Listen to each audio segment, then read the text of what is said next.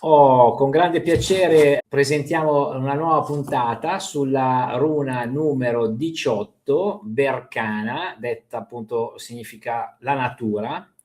E prima di introdurre il nostro carissimo amico, nonché grande maestro sulle rune, Flavio Gandini, diamo il via alla sigla e prima di darla via alla sigla però ricordiamo di metterci un bel like. Via la sigla.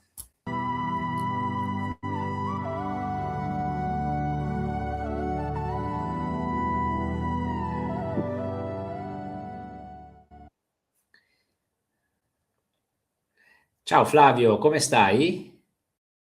Eccomi qua, in forma, sempre nel mio tendaggio come la volta precedente. Sai che mi sto proprio affezionando a queste rune, poi so già che mi mancheranno perché vedere questi bellissimi simboli, segni molto potenti, dà anche una certa tranquillità. Non so come mai, ma mi dà questa sensazione. Rincuoranti?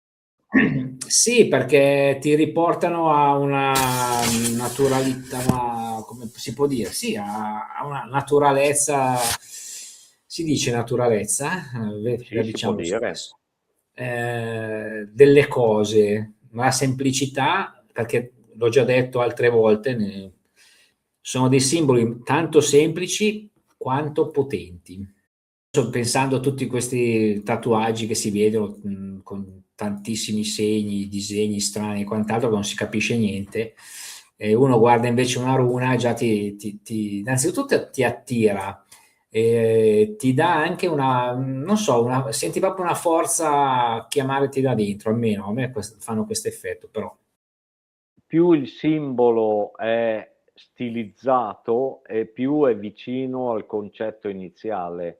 Quindi ricamarci sopra sarebbe in qualche modo aggiungere degli elementi che esulano dal concetto primordiale e questi sono antichi, ma sono anche estremamente primordiali perché sono proprio secchi e non si sfugge dalla simbologia, a parte che sarebbero stati utilizzati anche come lettere dell'alfabeto, quindi una cosa molto di uso comune, ma l'uso comune di simbologie di questo genere, cosa che accade in realtà anche in altre modalità di scrittura dove c'è l'ideogramma, Bravo. si è più vicini alla simbologia centrale, no?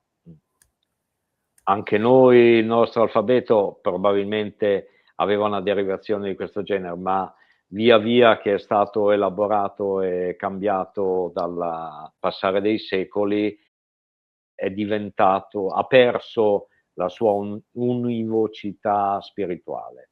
Invece qui, essendo antichi, la mantiene. E allora la spariamo, eccola qui, una bella B di Bercana, che pur essendo una B, non è la seconda lettera dell'alfabeto perché è la 18ª. Qui bisogna prestare molta attenzione, ma attenzione non con il cervello, ma con quell'entità elaboratrice e interiore che potremmo chiamare anima. Perché la natura è il nome che identifica questa runa? Noi passiamo da Vanheim, che è il paradiso terrestre, Sì. quindi esiste solo la natura. Le leggi sono soltanto quelle della natura. E queste leggi della natura, che hanno un sovraccarico di energia disponibile, ne trasferiscono una parte al mondo dei costruttori. Quindi è come un seme che cade dalla pianta e va nel sottosuolo e prende una nuova vita. E siccome gli elfi oscuri che abitavano appunto nel mondo Svartalf, che vuol dire proprio Svart, neri, e Alf, gli elfi, quindi elfi oscuri, erano in grado di applicare una magia che rendesse poi il prodotto effettivamente potente su tutti i livelli.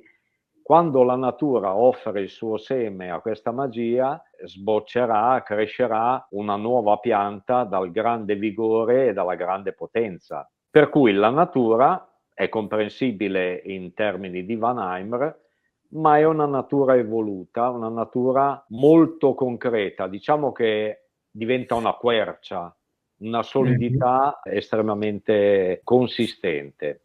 E quindi togliamo adesso, tanto l'hanno vista i nostri ascoltatori, che cosa provoca questa simpatica runa? Allora, anzi, di che cosa necessita? Intanto richiede crescita e maturazione in ogni ambito, quindi la rivalutazione che prima era stata fatta a livello etico, qui diventa una modulazione dell'etica che si manifesta esteriormente. Diventare un esempio con discrezione, gentilezza e moderazione. Quindi di nuovo è una runa che capovolta poi diventa prova iniziatica. Qui siamo nel percorso diretto, diciamo, nel flusso della corrente. Discrezione, gentilezza e moderazione. Quando pensiamo alla natura, in effetti, potremmo vedere in lei anche una parte aggressiva, una capacità di invadere il territorio di altre vegetazioni, insomma, con gli animali c'è il predatore e c'è la vittima, quindi Sì. noi vediamo la natura in termini che a volte termini che assumono una sfumatura di crudeltà. No, è equilibrio.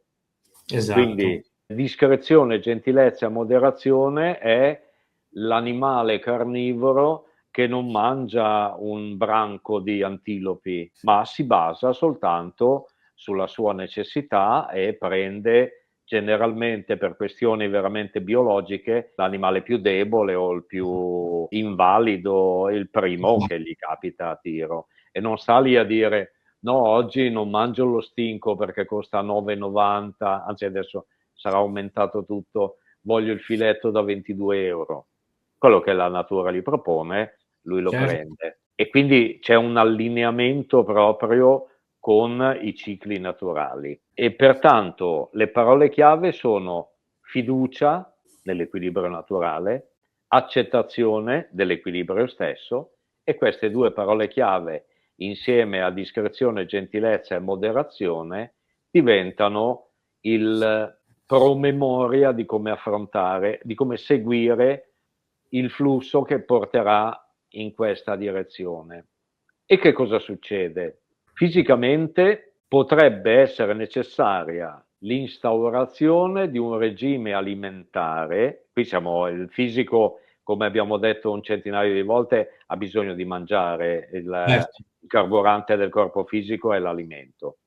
Però che tipo di alimentazione?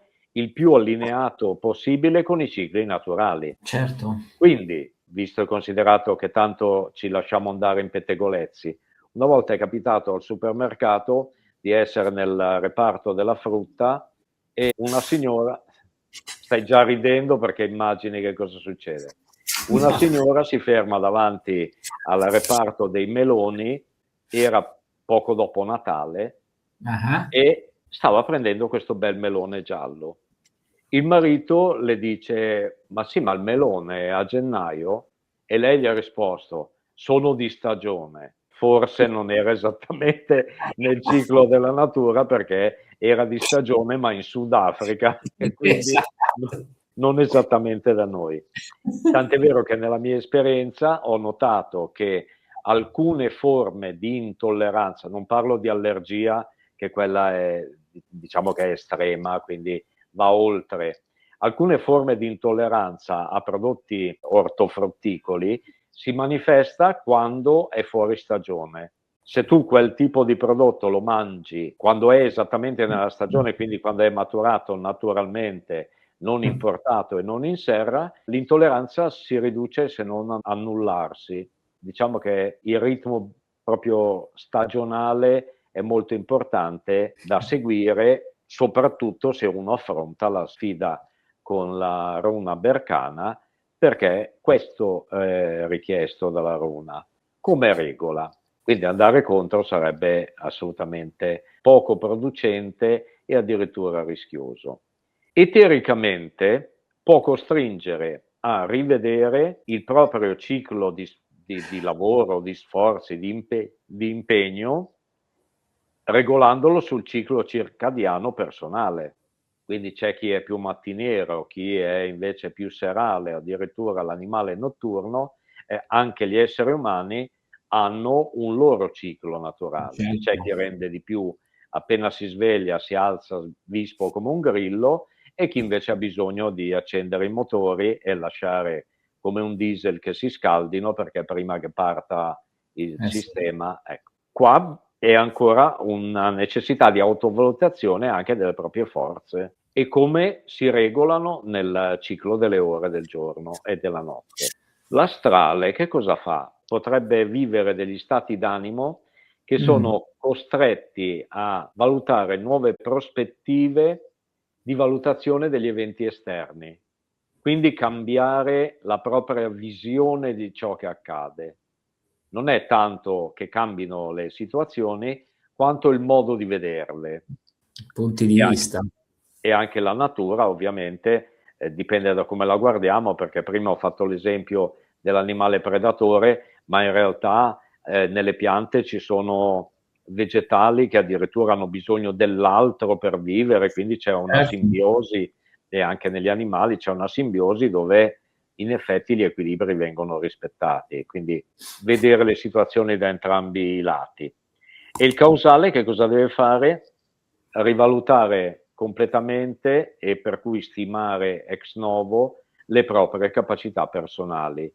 Siamo subito dopo la crisi della runa precedente e quindi Esatto. questa è la ricostruzione del sistema. Cosa dobbiamo proporre a noi stessi come intento e quindi estrinsecare questa frase rivolgendoci alla divinità Freya che abbiamo già conosciuto in precedenza, perché questa è la divinità della natura, è un po' come la gramigna, la trovi dappertutto, non è la prima volta che la troviamo, Freya, No. infatti ne abbiamo già parlato, Mhm. e la frase è: siano concesse agli iniziati, cioè a chi segue questa prova, vita eterna, fertilità, libertà e gioia. Wow, È il che bello. paradiso terrestre. Esatto. Vita eterna, fertilità, libertà e gioia, più di così non Più di trovi. così cosa sia, infatti. Esatto. E più Bellissimo. di così ci sarà qualcos'altro. Veramente? E probabilmente, come vedremo con le rune successive, ci saranno dei passi ulteriori Porca ancora più miseria. evolutivi in termini animico-spirituali. La frase la metto in sovraimpressione della nostra divinità Freya, abbiamo già, come prima accennavo, già parlato, però possiamo aggiungere qualcos'altro in termini di pettegolezzi, perché a noi piacciono i pettegolezzi, soprattutto sulle divinità, giusto? Eh, A tutti piacciono i pettegolezzi. sì. Allora, Freya era una divinità appartenente al mondo dei Vani, che sono quelli che gestivano il paradiso terrestre, quindi in termini esattamente equilibrati con la natura. Quando c'è stato il passaggio di consegna, quindi quando si sono creati gli altri mondi ed è stato necessario avere una gerarchia di divinità più raffinate, che sono gli asi, c'è stato un conflitto tra Vani, antiche divinità, e gli asi che dovevano prendere il potere. Quindi alcuni dei Vani sono stati completamente sottomessi, se non soppressi.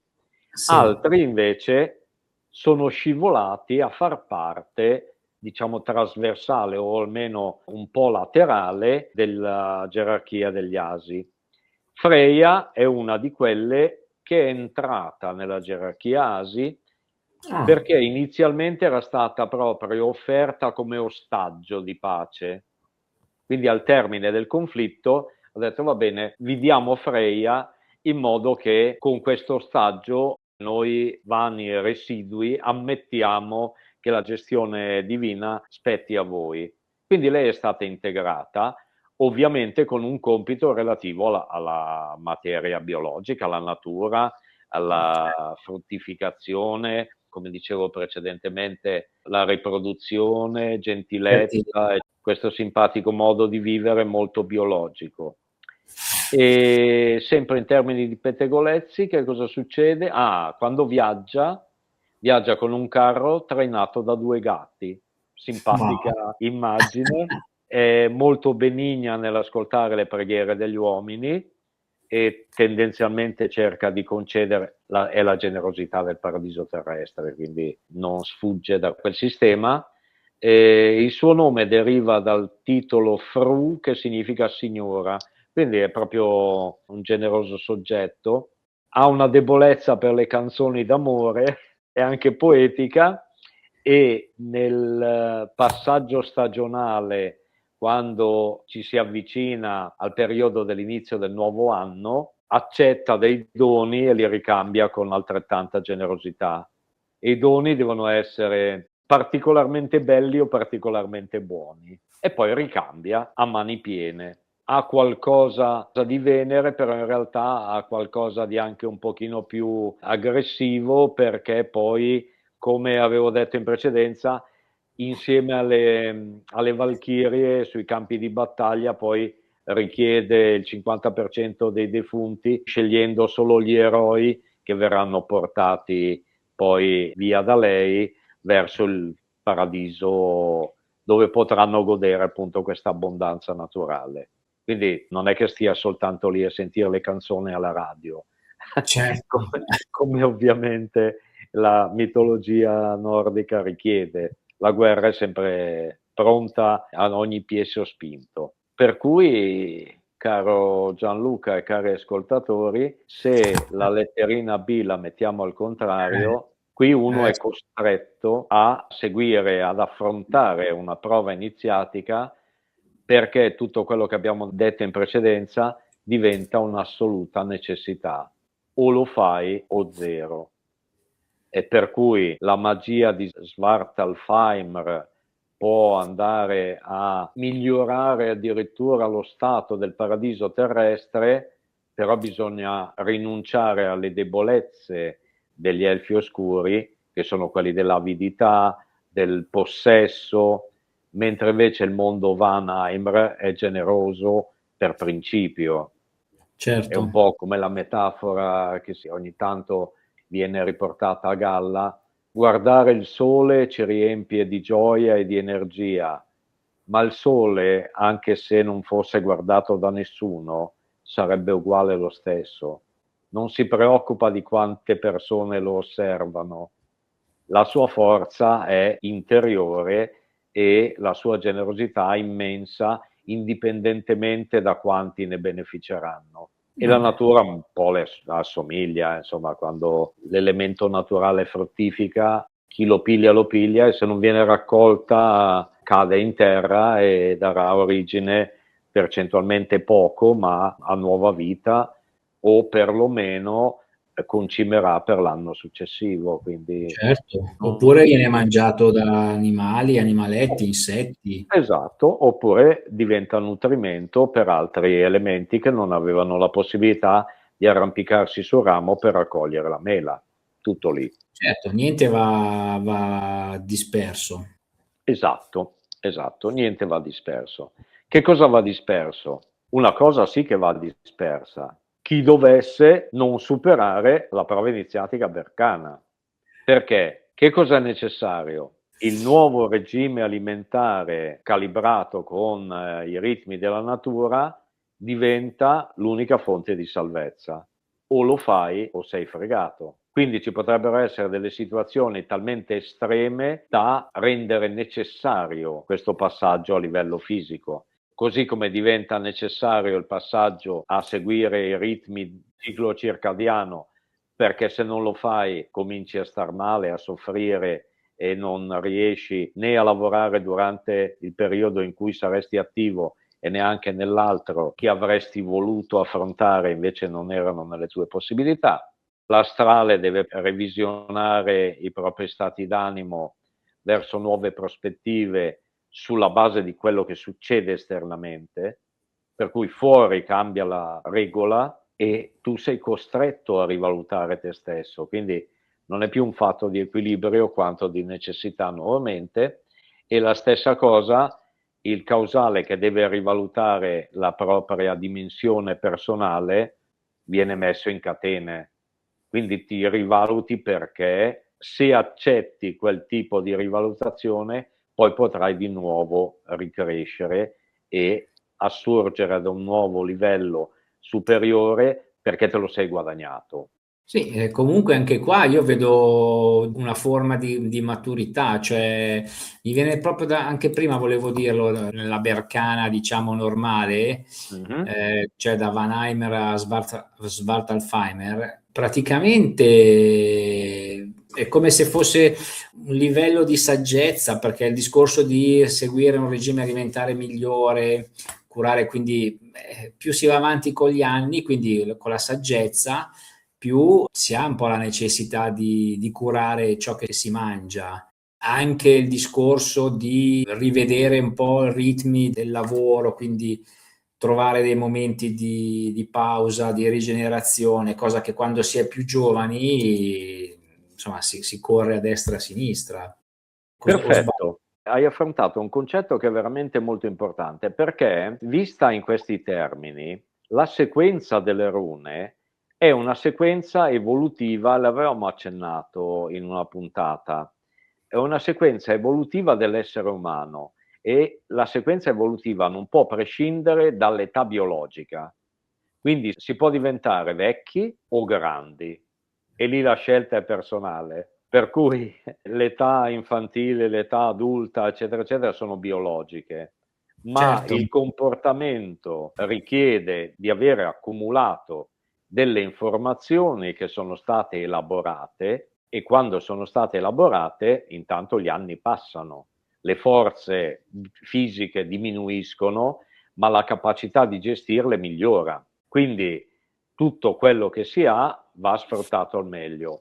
Se lo vediamo in termini di autocoscienza, di conoscenza personale, di etica, eccetera, eccetera, anche a livello appunto spirituale è la stessa identica cosa. Si tratta di un percorso evolutivo che richiede tempistiche lunghe e un impegno e una volontà di affrontare questo cammino che siano rigorose e non prive di umiltà, perché bisogna ammettere sempre che se anche siamo arrivati ad un certo punto, domani saremo diversi, ma soltanto con gli errori del passato possiamo imparare qualche cosa per evolvere.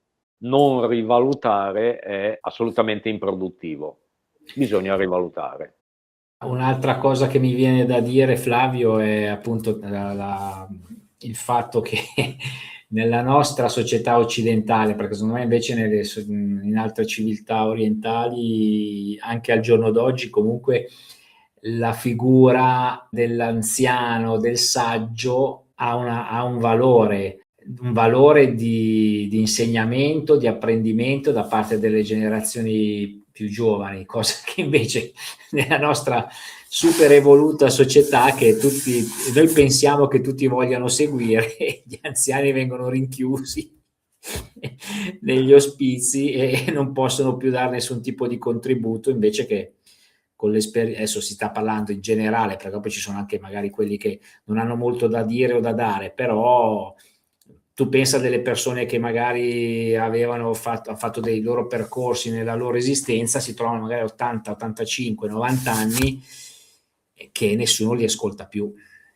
C'è un parallelo molto stretto tra i componenti della società e la società stessa, perché effettivamente quella saggezza che generazioni molto addietro poteva essere diffusa dall'anziano veniva ascoltata perché era esperienza. Esperienza e non si trattava esclusivamente di spiritualità o filosofia, era anche nelle azioni pratiche, nella conduzione appunto etica e in certe dimostrazioni di correttezza. Ma se la società trascura e non rende materiale e fruibile questa saggezza, la società stessa autoimplode e l'Alzheimer, invece di arrivare come demenza senile a 90 anni, si presenta a 47 perché via via che decade il concetto di saggezza, tutta l'umanità arretra e quindi invece di diventare un vecchio saggio, il soggetto in questione diventa un vecchio rimbambito e non è lo stesso frutto che può far bene alla società. Sì, hai detto una grande cosa, così tutta la società decade, c'è un decadimento verso il basso, proprio così, è proprio così. E più la popolazione è materialistica ed evoluta, per cui è quella che si spaccia come la più l'esempio da seguire, e più determinate involuzioni dell'anziano sono precoci. Eh E già, quindi è tutto, fa tutto parte di un unico discorso che ha una validità come nel grande, così nel piccolo, come in alto, così in basso. La storia si riduce a pochi termini molto precisi. Noi vediamo il soggetto che è decaduto, ma la società è decaduta e il comportamento addirittura in termini sociopolitici è decaduto, perché ti puoi fidare di chi? La guida che dovrebbe portare saggezza ed equilibrio, non ne ho viste molte in giro ultimamente. Ricordo qualcuno che poteva essere stimabile, ma lo ricordo un po' indietro nel tempo. eh sì, però diciamo con la nostra visione che è sempre positiva, diciamo che poi ciascuno è responsabile della propria felicità, e quindi se vuole stare bene, se vuole essere felice e avere la vita eterna, la fertilità, la libertà e le gioie, si deve impegnare, non è che arriva tutto gratuito. E tutti questi termini, la felicità, la fertilità, eccetera, eccetera, vanno valutati in termini soggettivi. Quando sei felice? Quando sei te stesso. E in quali Esatto. condizioni sei te stesso? Non è che la felicità la trovi perché copi quell'altro che sembra felice e poi magari non lo è. E se anche lo fosse, non è detto che tu al posto suo saresti felice nella Certo, stessa misura. no, Quindi assolutamente. senza impegno, rivalutazione di se stessi e scelta degli obiettivi, restiamo viandanti e non viaggiatori. Il nostro canale è dei viaggiatori che Esatto, sanno infatti. e sanno dove andare. Esattamente, quindi essendo viaggiatori diciamo che questa responsabilità va sempre tenuta come una bussola per non cadere in tentazioni banali, stupide, che ci portano fuori dalla nostra direzionalità, e quindi questo messaggio diciamo, ogni tanto bisogna ricordarselo. Le belle frasi altrui devono corrispondere a una sensazione di condivisione da parte nostra, altrimenti Cioè, restano delle belle frasi. Se non ti esattamente. danno un'emozione che risuona in te, non valgono niente. Eh sì, caro Flavio. Bene, diciamo che anche questa puntata abbiamo raggiunto un bel, dei bei concetti abbastanza profondi, secondo me. E poi sul fatto che magari uno guarda e dice, vabbè, non hanno tanti follower, non sono in tanti a guardarlo, vuol dire che evidentemente la media, la media della società non recepisce, ma noi non ci rivolgiamo alla media, ma ci rivolgiamo alle persone un po' più sensibili e un po' più curiose. Il nostro canale è recente, abbiamo aperto apposta per entrare con dei messaggi abbastanza particolari e specifici. E chi è interessato ci segue e ci vuole bene, come noi vogliamo bene a loro che ci seguono e anche a quelli che non ci seguono. Abbiamo scelto di non fare promozioni a pagamento perché ci interessa che sia il nostro messaggio e non la spinta del web, e quindi grazie a tutti e Esatto, ci vogliamo bene, ci vogliamo noi, tanto bene. noi viaggiatori. Bene, allora diamo l'appuntamento alle prossime rune, che veramente, cioè, non vedo l'ora a sto punto, perché se stiamo arrivando a questi livelli alla 18ª, ora della 24ª, non so, andremo sulla Luna, Forse anche più lontano. forse anche più lontano. Arrivederci a tutti. Ciao Flavio, grazie, un abbraccio a Ciao. tutti. Un'iscrizione, un mi piace, una condivisione sostengono il canale.